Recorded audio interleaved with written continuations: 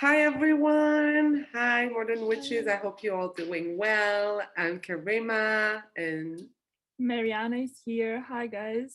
hi guys. So happy to see you again for Taurus season. Marina and I just did the recording for the general reading in our podcast, Modern Witches Conference.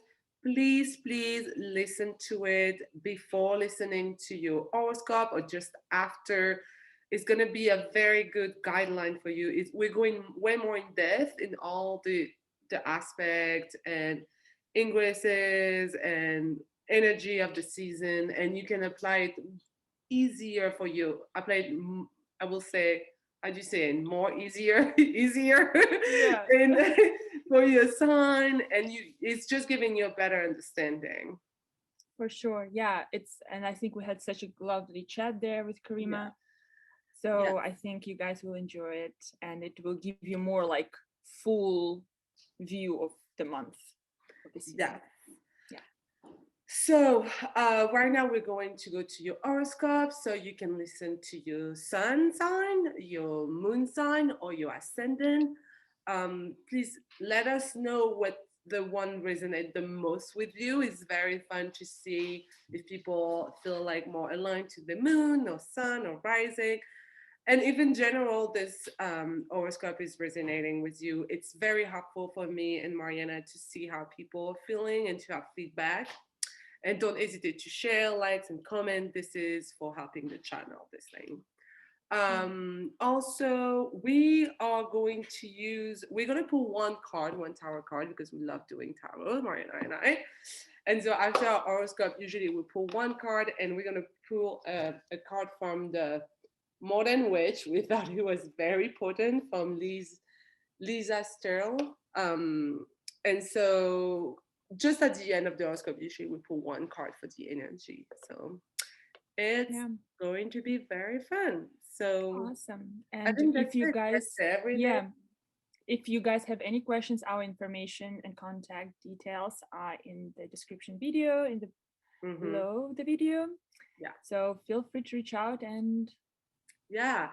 And communicate. if you want Yeah. to be more involved with Modern Witches Conference, feel free to sign up to our Patreon, to support us, to chat with us, to sign up to our Instagram. I'm going to put all the link below for you.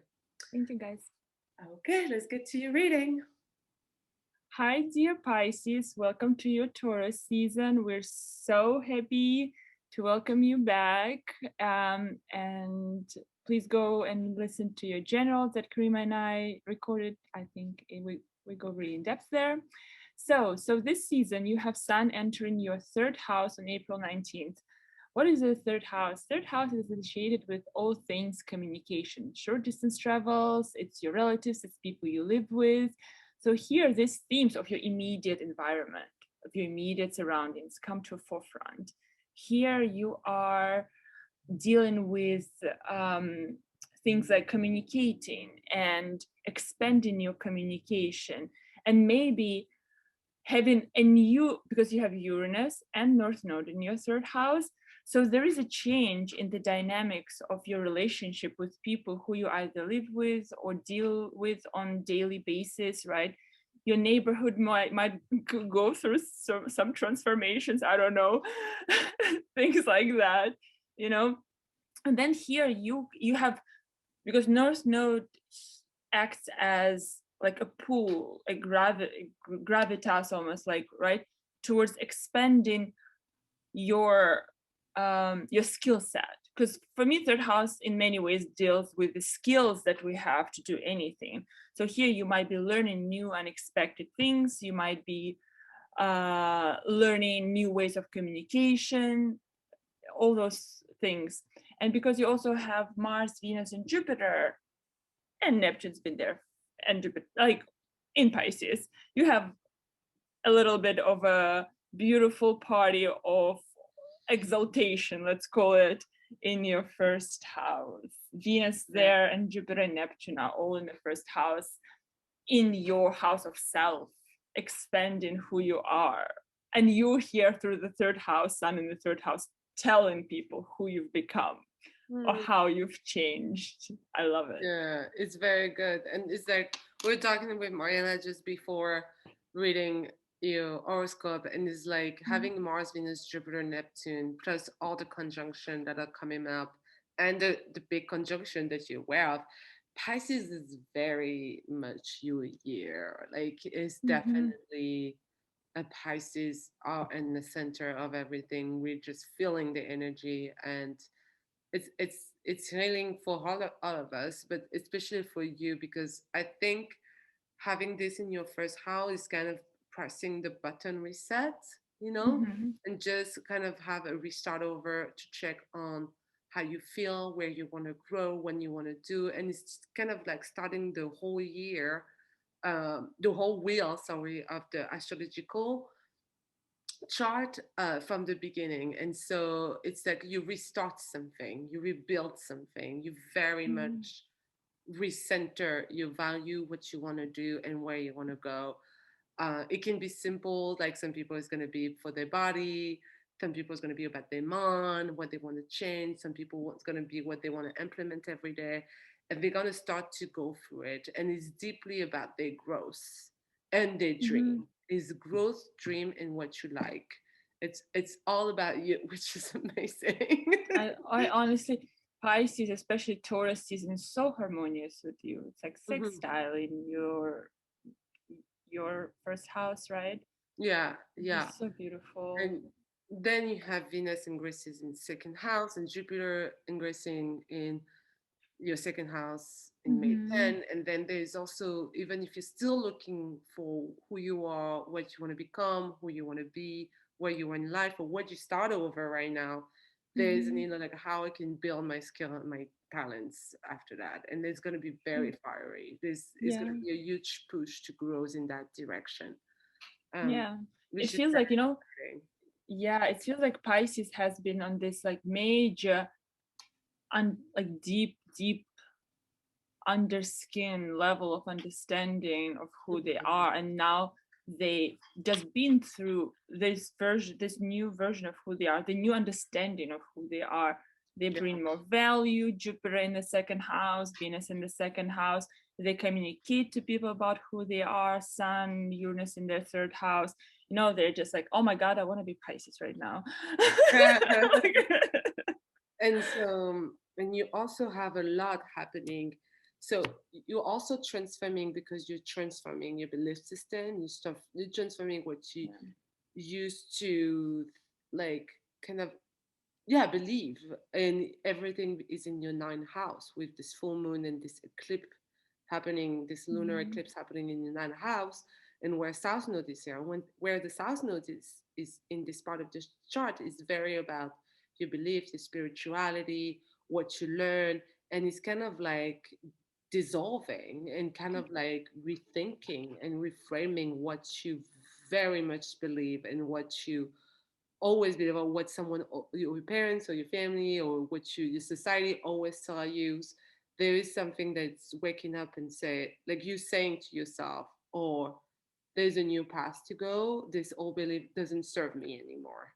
There's Mhm. a definitely something that is changing inside of Yeah. the belief. It can be spiritually, it can be philosophically, it can be in terms of the law or whatever is coming up to Mhm. you, or in terms of God or a new religion, whatever's coming up.